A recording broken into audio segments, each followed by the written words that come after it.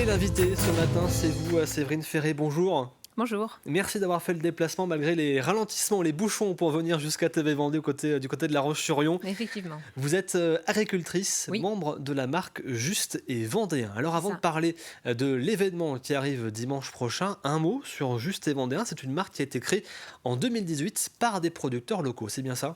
C'est ça. En fait, tout a découlé de la crise laitière en 2016-2017, où le prix était très très bas.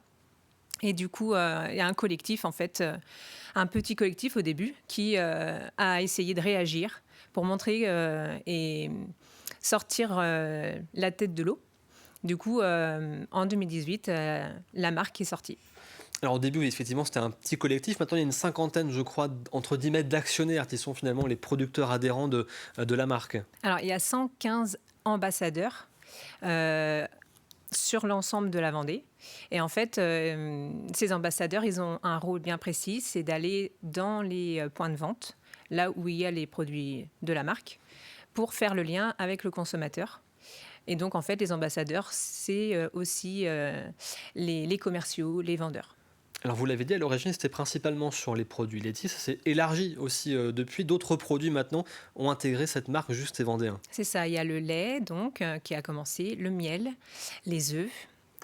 Ensuite, il y a eu la brique de lait, qui, elle, est vendue dans les collectivités type les lycées, les collèges, les cantines pour les primaires.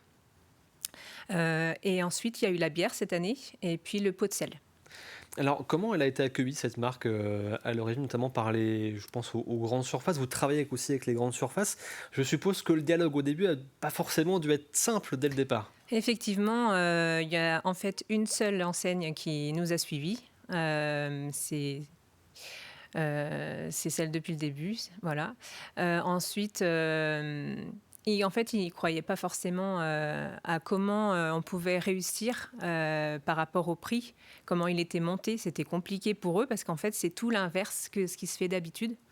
On part d'abord des coûts de production et ensuite, c'est les intermédiaires qui font leur prix après. Mais finalement, le public était intéressé. On sait aujourd'hui que les gens regardent de plus en plus la provenance des produits qu'ils peuvent acheter. Donc forcément, quand on est vendéen, on est un petit peu chauvin aussi d'ailleurs en Vendée, on peut le dire. Forcément, quand on a une marque qui est vendéenne, on a tendance peut-être plutôt à être sensible justement à ça. C'est ça, c'est notre job quand on va sur les sites, c'est de leur expliquer la démarche, les valeurs qu'on met en avant, juste, rémunérateur, le bien-être animal, l'environnement, tout ce qui est aujourd'hui important pour le monde, quoi. Alors dimanche, il y a un événement, c'est donc la randonnée de Juste et Vendéen. Ce sera au Sable d'Olonne avec plusieurs circuits de proposés. Au-delà de la partie randonnée, l'objectif c'est justement de faire découvrir la marque et ses produits, parce que je crois que vous allez traverser avec les circuits des exploitations agricoles à chaque fois. Ouais, on va traverser 3 fermes. Donc il y a un parcours de 8 et un parcours de 13 kilomètres. Dans ces fermes, en fait, on va faire un apéro, un repas, un plat avec du fromage, et puis la troisième, le dessert. Alors du coup, découverte des différents produits, en espérant que la météo soit au rendez-vous dimanche. Pour l'instant, ça s'annonce apparemment pas trop mal, Pas trop mal. contrairement à aujourd'hui. C'est une première, la randonnée, ou pas du tout? Alors en fait, pour la marche, c'est la cinquième, et sur la zone des sables, c'est la première. Pourquoi avoir choisi les Sables d'Olonne? Du coup, c'était en fonction des adhérents qui étaient à proximité pour les parcours? Pas forcément, c'est un parcours du coup qui est sorti du lot. On avait essayé de trouver d'autres parcours du côté de la Motte-à-Char, mais ça s'est pas prêté. Alors, un mot, on parlait des produits qui sont au sein de la marque. Vous, en termes de production, sur votre exploitation, vous êtes concerné par quel type de produits, justement? Le lait. Le lait. Le lait de vache. Alors, ce qu'il faut savoir, c'est qu'à l'heure d'aujourd'hui, on est à 1,2 million vendus par an.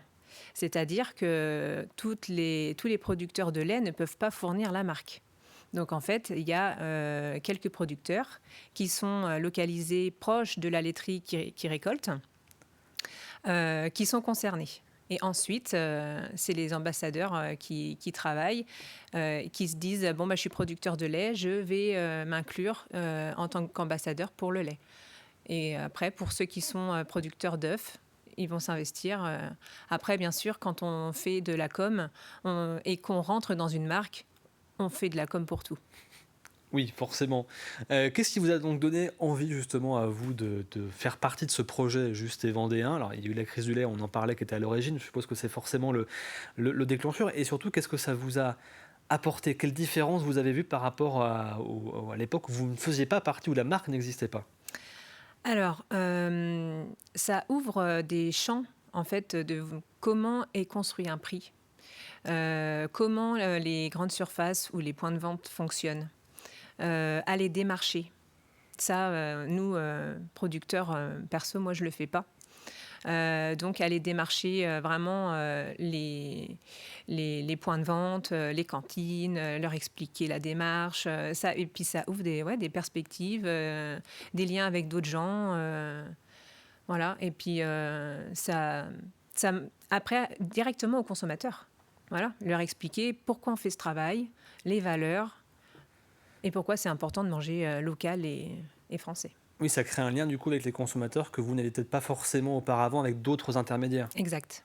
Alors, il y a aussi une chose, c'est que la marque s'est un peu étendue. Je crois que maintenant la Loire-Atlantique a rejoint, alors c'est pas juste c'est Vendéen du coup, puisqu'on Oui. est en Loire-Atlantique, Oui. mais un deuxième département maintenant s'est aussi lancé sur le même type de marque pour une production locale. C'est ça. Alors eux, du coup, ils font plus de la farine, des tomates, du lait, je crois. Donc, ça varie. Et du muscadet aussi. Forcément, surtout sur une partie dans la région de Clisson et de la Fouassière, le muscadet donc de Loire-Atlantique, avec modération bien sûr, on Bien le sûr. rappelle. Une dernière question, plus qui concerne un petit peu l'actualité du moment, avec la météo, le climat qui n'est pas forcément très favorable à la production agricole cette année. Comment ça se passe vous de votre côté justement sur le terrain? On est en attente. Voilà, on fait au jour le jour. Là, normalement, ça devrait être les ensilages qui se finissent, les ensilages de maïs. Aujourd'hui, ils sont à peine commencés.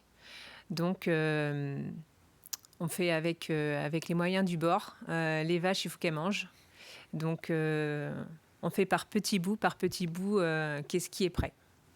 Merci beaucoup Séverine Ferré d'avoir été à nos côtés ce matin dans la matinale de TV Vendée. On rappelle donc le rendez-vous dimanche prochain, la randonnée Juste et Vendéen donc au Sable d'Olonne avec 2 circuits, 8 et 13 km pour découvrir en même temps tous les produits de la marque. Merci pour votre venue. Merci.